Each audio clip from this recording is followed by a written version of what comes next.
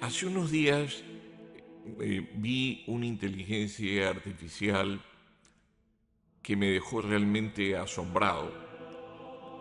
Yo soy un tanto mayor. Para los jóvenes quizás no sea ninguna cosa extraordinaria, pero para mí realmente era como en otra época hablar de ciencia ficción. ¿A qué me estoy refiriendo? Hay una inteligencia artificial en la cual tú te conectas un aparatito muy pequeño en el oído, la otra persona se lo conecta en el suyo, introduces el idioma que quieren hablar y ambos, eh, puede ser de japonés, chino, ruso, el otro hablar en castellano, en inglés, cualquier otro idioma, y se entienden como que si estuvieran hablando eh, cada uno en el idioma del otro. Definitivamente extraordinario. Hay un pasaje de la Sagrada Escritura, Antiguo Testamento, muchos siglos antes de la venida de Cristo, después del diluvio, cuando el ser humano en uno de sus típicos momentos de soberbia, de prepotencia, de alguna manera quiso colocarse en el lugar de Dios, quiso destronar a Dios. Creo que eso es inherente a lo que ocasionó el pecado original en nosotros. Como que queremos ser más que Dios o ser como dioses. La tentación del paraíso a Eva, si ustedes comen de este fruto serán como dioses. Y bueno, en la Torre de Babel, ¿de qué se trata? Es una torre que quisieron construir los hombres muy alta, supuestamente para alcanzar el cielo. Dios hace algo, interviene, no porque tenga temor de que el hombre alcance el cielo, porque ustedes y yo entendemos que eso no es posible, sino más bien como para hacer ver al ser humano lo trágico que es querer colocarse en un sitio que no le corresponde. El pecado de soberbia, que es el pecado de Satanás, y el pecado del ser humano cuando desobedeció a Dios y quiso hacer su propio plan. Lo que sucedió en aquel momento fue que las lenguas se confundieron. Mira, no voy a entrar en detalles, hay exegetas que dicen que hay que dar una interpretación libre, que esto es poético, bueno, sí, todo lo que sea, pero Dios quiso comunicarnos un mensaje. ¿Cuál es el mensaje de salvación? Es que el pecado nos separa, el pecado hace que personas que vivan incluso en la misma casa, hablando aparentemente un mismo idioma, por ejemplo, en una casa puede hablar todos el lenguaje castellano, pero cuando falta Dios, ya nadie se entiende, ¿no? Estamos viendo lo que sucede en nuestro mundo sin Dios. Nunca ha habido tantas guerras, creo, al mismo tiempo como en esta época, y nunca ha habido tanta eh, desesperanza, tanta confusión en la mente y el corazón humano. Y es justamente porque en la medida en la que nos vamos apartando de Dios, que nos empezamos a creer como dioses y somos nosotros los que tomamos las decisiones, empezamos a vivir una vida de confusión total. La Iglesia Católica, después de la Pascua de Resurrección, 40 días, celebra la solemnidad de la ascensión de nuestro Señor Jesucristo a los cielos, cuando Él nos deja la tarea de evangelizar el mundo. Se va y se queda con nosotros en la Eucaristía. Y 50 días después de Pascua de Resurrección celebra la solemnidad de Pentecostés. En el tiempo de Jesús, Pentecostés era una fiesta que se dedicaba o se llamaba la fiesta de la cosecha. Se recordaba también la entrega de las tablas de la ley, parte de Dios a Moisés. En la actualidad, después de que Cristo viene al mundo, lo que celebramos es otra cosa. Cuando Jesús estuvo entre nosotros, les anuncia la pasión, muerte y resurrección que iba a vivir, los días duros que venían por delante, ¿no? Y les anuncia a los discípulos algo que para ellos pues era todavía desconocido. De hecho, hoy en día el Espíritu Santo sigue siendo el gran desconocido para muchos. Muchos hablan de Jesús, muchos hablan del Padre, pero pocos hablan del Espíritu Santo. Hay un grupo católico que en ese sentido le da mucha importancia a este gran desconocido que es el Espíritu Santo, la tercera persona de la Santísima Trinidad. Y el Señor, mira lo que les dice: conviene que yo me vaya, porque si yo no me voy, el Paráclito no vendrá a vosotros. Pero si me voy, yo se los enviaré. El mismo Señor les dice en otro momento, en adelante, el Espíritu Santo, mira la palabra que utiliza, el intérprete que el Padre les va a enviar en mi nombre, les enseñará todas las cosas y les recordará todo aquello que yo les he dicho. Mira el detalle, ¿no? El Espíritu Santo en el Antiguo Testamento, o mejor dicho, la palabra que utiliza Jesús es Paráclito. Paráclito significa como abogado, como defensor. Tiene varias acepciones. Es el abogado, el defensor, el consejero, el ayudante, el consolador, el intérprete. En todo caso, todas estas cosas se pueden decir del Espíritu Santo.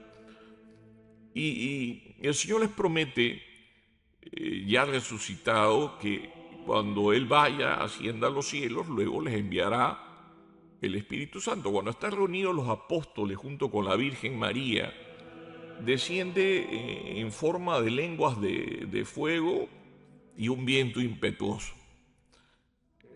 Hay una frase de la Escritura mismo que dice: el Espíritu es como sopla donde quiere y como quiere. Y tiene mucha relación con aquello del viento impetuoso del Espíritu Santo en aquel día en Pentecostés. En esa forma se manifestó en aquel instante. Hoy en día en la iglesia sigue presente de otras maneras, pero es el mismo Espíritu de Dios el que ha ido guiando a la iglesia a lo largo de los últimos 20 siglos. Quisiera hacer un pequeño, ¿cómo podríamos decir? Una pequeña explicación de en qué el Espíritu Santo quiere ayudarnos, en qué cosas quiere Él estar presente en nuestras vidas, ¿no? Primero, hay 7 dones que el Espíritu Santo nos concede. Voy a hacer una reseña, pero no para que tú digas, caramba, ya sé que este es tal don o tal otro don, sino más bien para que se lo pidas al Espíritu Santo en esos momentos que lo necesites. En realidad creo que siempre lo necesitamos. Primer don es el don de sabiduría. El don de sabiduría, alguien pensará, caramba, voy a ser más inteligente, voy a saber más de matemática, más de física. Eso no es sabiduría, eso es conocimiento. La sabiduría, el don de sabiduría es el que hace que en nosotros se realce el amor a Dios, el amor al prójimo por amor a Dios, el sentir que Dios es lo primero en nuestras vidas. Una persona llena del Espíritu Santo que tiene el don de sabiduría es la persona que pone a Dios en primer lugar en su vida. Y por poner a Dios en primer lugar en su vida, ama a los demás a la manera de Jesús. Ve la vida con los ojos de Jesús. Segundo don es el don de ciencia. No sé si te has percatado de que hay personas que pasan por momentos de mucha dificultad, a veces de dolor, enfermedades, y mantienen una actitud de una serenidad, tranquilidad tremenda, porque poseen el don del Espíritu Santo, que es el don de ciencia. ¿Y qué es lo que hace este don? Este don te permite confiar en Dios, incluso o de manera especial en aquellos momentos en que otros caerían de rodillas llorando porque no entienden nada. El tercer don es el don del entendimiento. ¿Se acuerdan cuando Simón Pedro le dice, Señor, yo creo, pero aumenta mi fe? Pues mira, el Espíritu Santo es el que nos da la capacidad para creer. Imagínate un ateo que entra a una iglesia católica y nos ve a nosotros arrodillados adorando a Jesús Eucaristía. Seguramente tiene que decir aquella persona, estos católicos están chiflados. Mira cómo adoran ese pan. Donde nosotros vemos a Jesús, alguien sin fe lo que ve es simplemente un pedazo de pan. Pues mira, el don del entendimiento hace que nosotros podamos acceder a esa virtud teologal que Dios nos concede, que es la virtud de la fe. ¿Por qué es virtud teologal? Porque es Dios quien nos la concede. El siguiente don es el don de piedad. Alguien dirá, caramba, hay que tener compasión con los perritos. No se refiere a eso. El don de piedad, cuando se habla de una persona piadosa, se refiere que es una persona que le gusta orar, que le gusta hablar con Dios. ¿Cuánta falta hace al mundo de hoy el don de piedad? Poca gente ora, poca gente reza. Y el Señor lo dice en el Evangelio, dice que hay que orar en todo momento, en todo instante, porque sin esa comunicación con Dios dejamos de ser nosotros mismos y empezamos a hacer las cosas que el mundo hace. El siguiente don es un don un poco complicado, ¿no?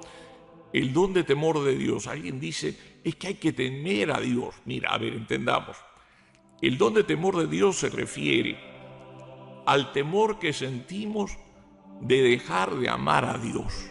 O sea, no es miedo de que Dios nos aniquile, es más bien miedo de no amar. Es como un enamorado que está tan enamorado de su chica que dice, caramba, tengo miedo de dejar de amarla porque ella es mi vida. No, el único que debería ser nuestra vida es Dios, lógicamente, en última instancia. Pero cuando uno está enamorado dice cosas como esta. El don de consejo fortalece en nosotros, por así decirlo, 3 virtudes. 4 virtudes. La prudencia, que nos dice cómo actuar en determinadas circunstancias. La justicia, que nos hace dar a cada cual lo que le corresponde. La templanza, que nos da la capacidad para saber, por así decirlo, cómo manejarnos. Es la sobriedad, el saber, por ejemplo, aquella persona que es capaz de estar en una fiesta, estar alegre y no necesitar emborracharse para poder expresar alegría, que puede tomarse el vino por vino y el agua por agua, como diría Alberto Cortés en alguna época de la historia, en una canción muy antigua que posiblemente los jóvenes no sepan a qué me refiero. Finalmente tenemos el don de fortaleza, que nos da la capacidad para enfrentar situaciones de crisis, situaciones difíciles. Por ejemplo, el martirio de los primeros cristianos, ellos tenían este don con muy grabado en sus corazones, muy fuerte en sus almas, ¿no? Hay que pedirlo a Dios cuando la tempestad arrecia. Aparte de estos 7 dones que te concede el Espíritu Santo, hay aquello que se conoce como los frutos del Espíritu Santo. Mira, te estoy dando un termómetro. Cuando tú quieres saber si tiene fiebre o no tiene fiebre, ¿qué es lo que haces?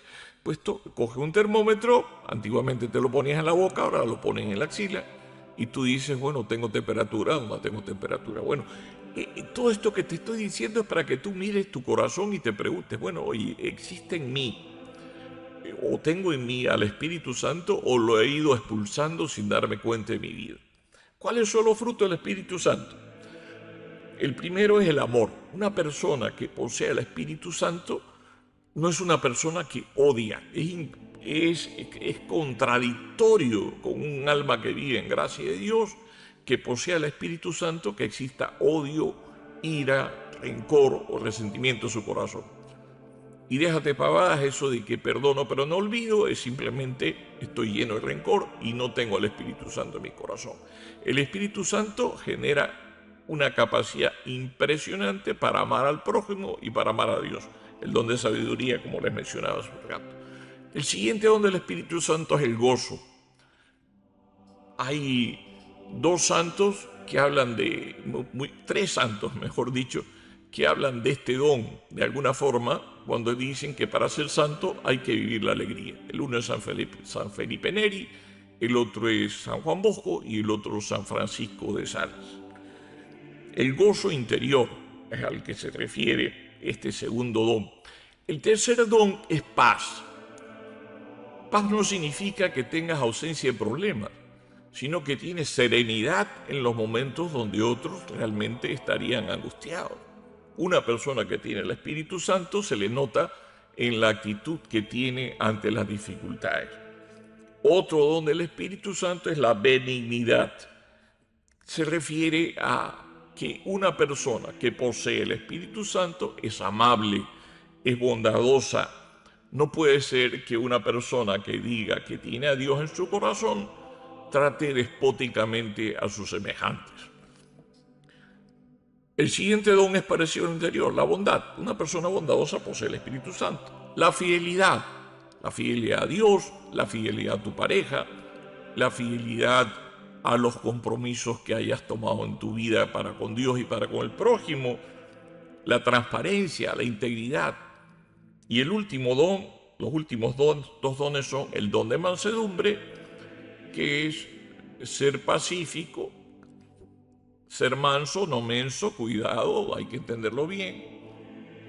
Manso es en el sentido de que no es una persona que posee el Espíritu Santo, no es violenta, no es agresiva, pero sí es enérgico y fuerte cuando tiene que defender la fe y defender lo correcto, la verdad. Y finalmente el último don es el dominio de sí mismo o la templanza. Una persona que está llena del Espíritu Santo tiene un gran señorío de sí mismo, ¿no? Pensemos un poco en los apóstoles, cuando no habían recibido el Espíritu Santo estaban llenos de temor. ¿Te acuerdas cuando Pedro le coge una espada y le corta la oreja a Malco? Cuando Pedro impulsivamente le dice al Señor que quiere caminar con él sobre las aguas y se hunde luego por miedo. Todas esas cosas eran fruto de la ausencia del Espíritu Santo. Estos mismos hombres, estos apóstoles que traicionaron al Señor, murieron de forma cruenta y dieron su vida por Cristo, y llenos del Espíritu Santo el día de Pentecostés, cuando estas lenguas de fuego cayeron sobre ellos, salieron a predicar el Evangelio. Ya no tenían miedo porque estaban asustados y temerosos de que sufrir la misma suerte de su maestro, y bautizaron cerca de 3.000 personas. La iglesia católica empieza a funcionar el día de Pentecostés en el año 33. Y sucede lo contrario de lo que sucedió en Babel. Aquí regresamos a Babel. En Babel todos estaban confundidos, las lenguas se confunden, se pierden, ya uno no entiende al otro. En Pentecostés el Espíritu Santo nos enseña el lenguaje del amor, y lo que sucedió aquel día es un símbolo de lo que tiene que suceder en el corazón de los hombres con la presencia del Espíritu Santo en su vida. No es cualquier cosa la que vamos a celebrar entonces en Pentecostés. Estamos celebrando la presencia del Espíritu Santo en la vida de la iglesia, y ojalá también la presencia del Espíritu Santo en tu vida cotidiana. Santa María, nuestra Madre, era y es templo vivo del Espíritu Santo aquí y en la eternidad. Le pedimos a ella que interceda por nosotros para que acojamos al Espíritu Santo como ella lo acogió el día de la Anunciación, encarnación. Que así sea.